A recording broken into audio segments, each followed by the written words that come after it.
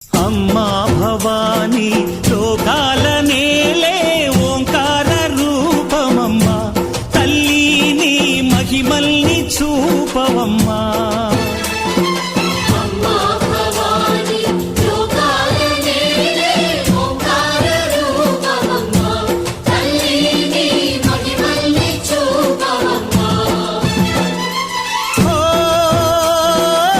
సృష్టికే దీపమా, శక్తికే మూలమా, సింహరథమే నీదమ్మా.